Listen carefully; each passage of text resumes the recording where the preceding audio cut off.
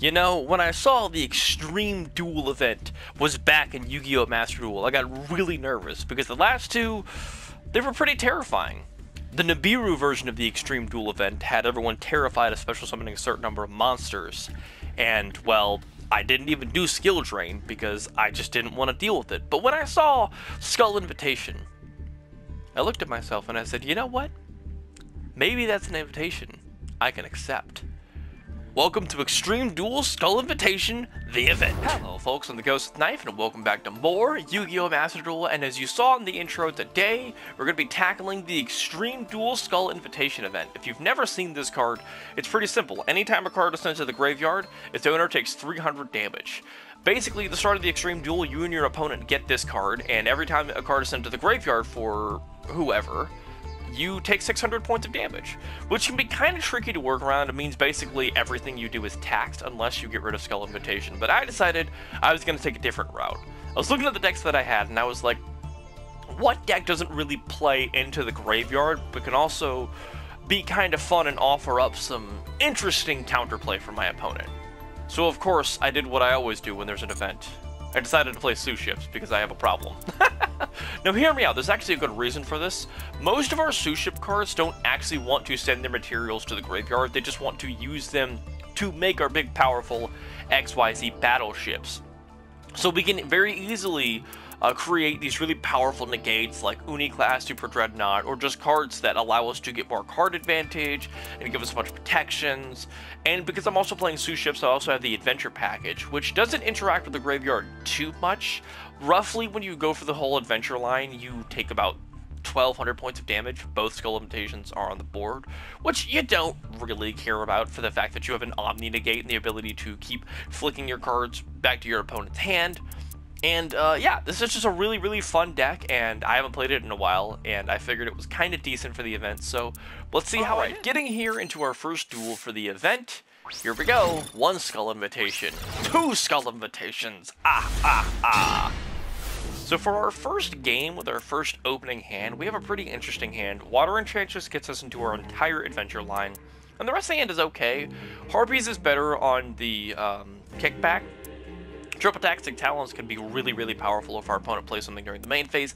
Imperm's just a good negate. The one card that's kind of quote-unquote dead would be Akura, but maybe we can go into some Sue Ship nonsense with this. My opponent is going to start the game with Maxi because, of course, stupid Roach infests every game ever. We're going to start with Water Enchantress going through the adventure line. Water Enchantress grabs us the right, which grabs us the adventure. We're going to be taking some damage here. Cool thing, though, while we go through the combo, Water Enchantress banishes herself, so you take less life points from Skull Invitation doing that.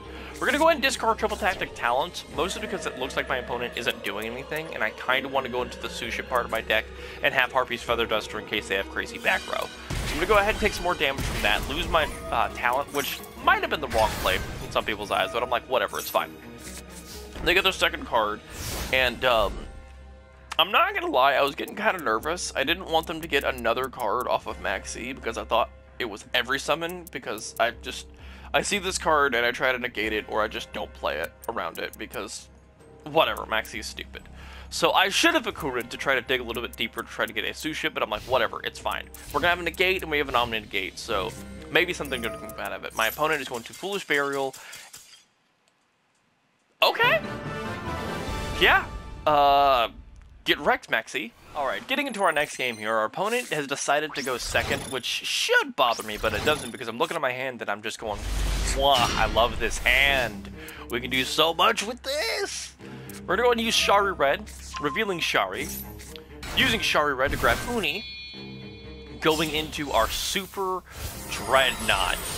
Oh, Uni-class Super Dreadnought. Beautiful card, fantastic card. We're going to draw a card off that. Draw into our Imperm. Oh my god, we're going to normal summon Shari, which allows us to special summon Shirao, which lets us go into our Shirao class Carrier, which gets us another card, and it's an Ash Blossom, and we're going to grab the Field Spell. What a fantastic start to this game. This is a boss setup. We have a negate on their battle phase. We have some protection thanks to our, I believe the Carrier. Yeah, our Carrier says we can't be destroyed by card effects. We can use this to get a little bit of recursion going. We've got an imperm, we've got a negate. What could possibly go wrong? I'm not sure. Lava Golem. Can imperm that. Just gonna take 3,600 life points, because you know why not? They take 500. They reveal Lord of the Heavenly Prison and Time Maiden.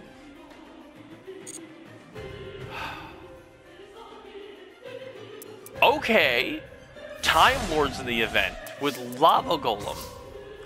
At this rate, I'm like, there's got to be something I can do. I'm gonna Heartbeast Feather Duster here, and my opponent reveals Bad Luck Blast.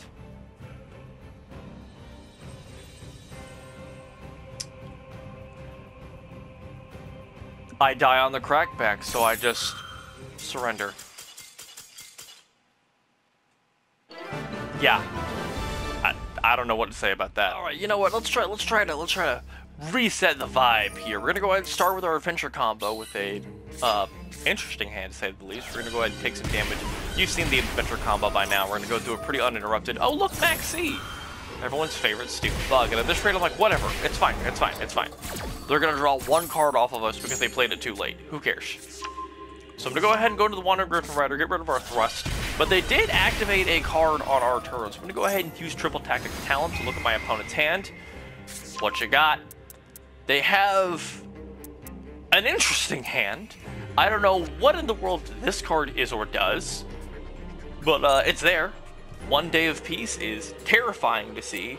So at this rate, I'm like, okay, my opponent is trying to draw cards. What on earth could they be trying to draw into here? I don't know. I'm gonna go ahead and put that back into their hand because I don't want them to have it.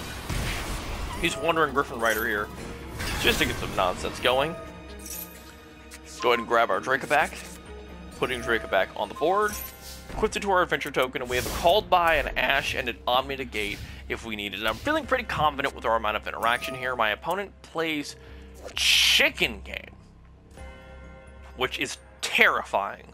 This card has done a lot of Exodia things. I've seen One Day of Peace, and I see Chicken Game, or I see One Day of Peace, I see Maxi, Chicken Game, and I'm like, okay, so this is some sort of Exodia deck, right? So I'm going to Omni Negate the Chicken Game.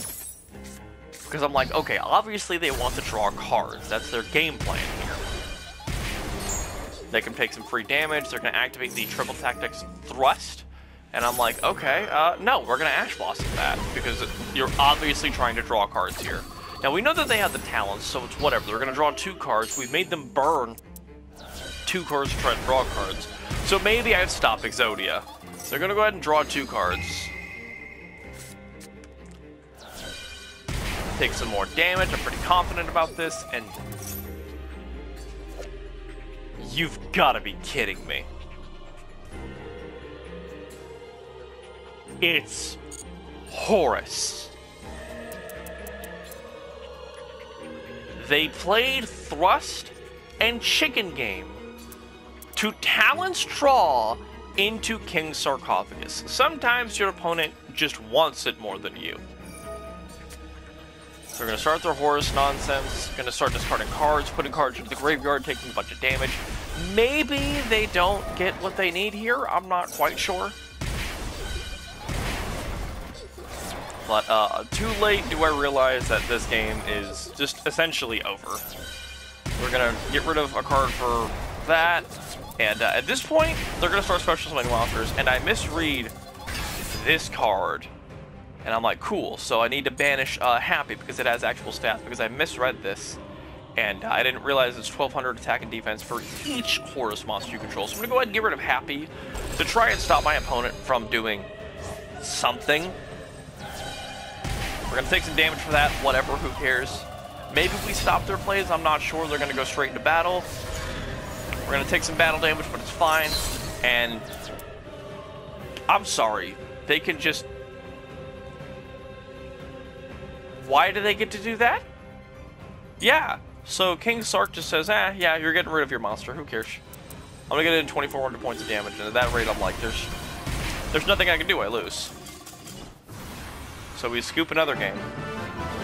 Because some sociopath played Horus in this event. And they They just wanted it more than me. Sometimes it's a matter of skill, sometimes it's just a matter of luck. Okay, so we're on a pretty low note right now. We've lost 2 in a row to some pretty, some decks, definitely. I'm looking at my hand and I'm pretty upset because it's like, oh, cool, I have 2 cards I don't want together and 2 cards that do nothing together. So I'm going to go ahead and use Rite of Aramis here. We're going to go through the adventure combo pretty uninterrupted here. You've seen this before. We're going to go ahead and grab Griffin, discarding an Uni because I literally can't do anything with it. So I'm like, whatever, cool. We're going to go ahead and summon Wanderer Griffin Rider, get our Omni Negate, and that's our turn. So we have an Omni Negate, and that's about it in a protected adventure token. Hopefully you don't get Lava Golemed. My opponent is going to set a card, and then play Cyber Dragon Naxter. Now, I'm not going to lie. When I saw this, I got really frustrated because I had lost 2 games in a row. And what? Hold up. Doesn't that, like, special summon stuff?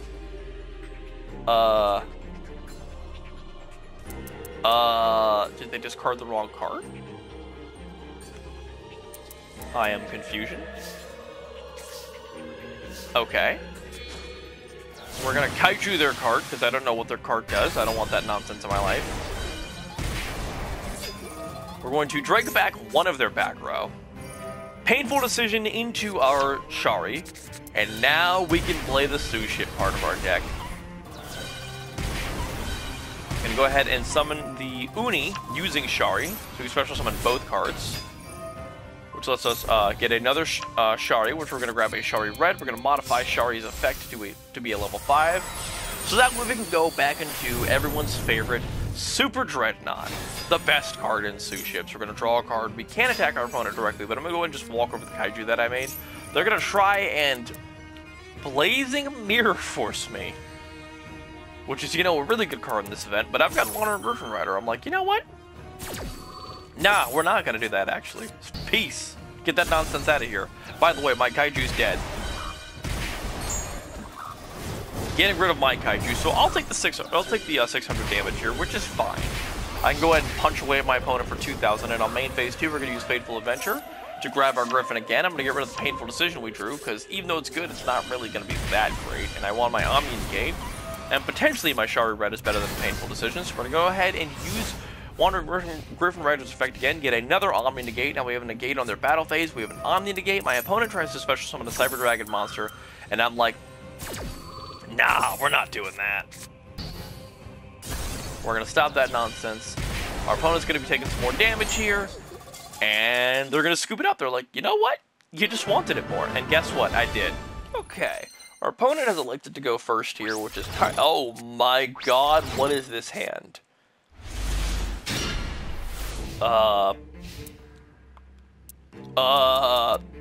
This hand's trash. Whatever. My opponent's gonna activate his Cyanide Mining, and I'm like, cool, I'm gonna Ash Blossom that immediately. Because I do not want you digging for more nonsense. If you're mining, that means you want something out of your deck that's really good, so I should stop this ASAP. They're gonna go ahead and discard a Called by the Grave, so I don't really know what kind of Cyber deck they're playing. Whatever, who cares? They're gonna talent. They're going to draw 2 cards. Yeah, we've seen that card before. We know what it does. My opponent sets a card and plays Cynet Kodak. Ugh, it's Code Talker. Great. My favorite. Whatever. And we drew into Ikura. So our hand does nothing to their back row. It doesn't really do anything on my turn anyway. So I'm like, cool, whatever. We're going to Ikura here, try to activate its effect, try to dig for a Shari. They're going to Ash Blossom Ikura. And I'm like, you know what? No, I really want this Shari to work. So we're going to Call by their Ash. Let's try to dig a little deeper into our deck. We have 6 different cards that this card could hit, which is pretty good. It's got to be one of them, right? Top 3? Imperm? Draco? Uh-oh. Fun. So we didn't hit anything. But we can thrust into an Imperm. So we have a guaranteed monster negate on my opponent's turn. And you know what? Forget it. We're just going to get in there for 200, because why not? Ikura, attack for 200.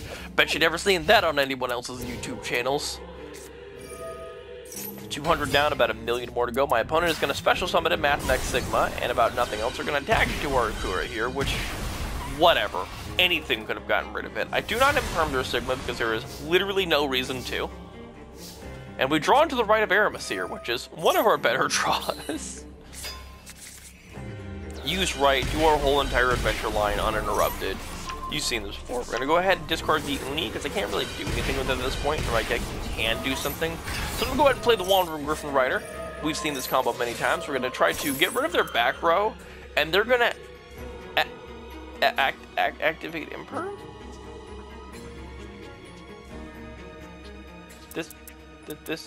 Yeah, they're going to negate Griffin Rider, but that doesn't do anything. Okay. Take 3 600. Take another 1,000. And they don't take 600, which is fascinating to me. Oh, because Sigma gets banished. Well, yikes. So, they're not as low as I want them to be, but they can only realistically play 3 cards? If something gets sent to the graveyard. So they're going to send a Sigma to the graveyard for circular.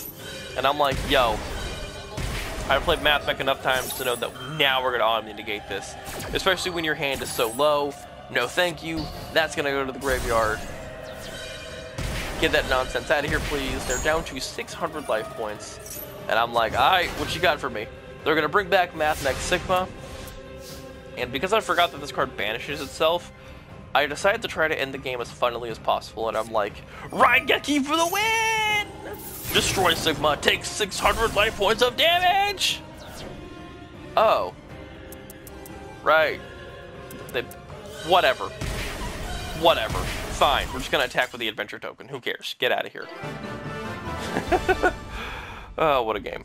And with those games out of the way, that is going to conclude our time in the Skull Invitation event. And no lie, every replay you saw is every single game that I played for this event. I mean, there's not really much else to interest me. At first, I got into it and I was like, oh, this could be kind of fun. People are going to try to play around the graveyard. Who knows what they're going to kind of do, but we saw what people want to do.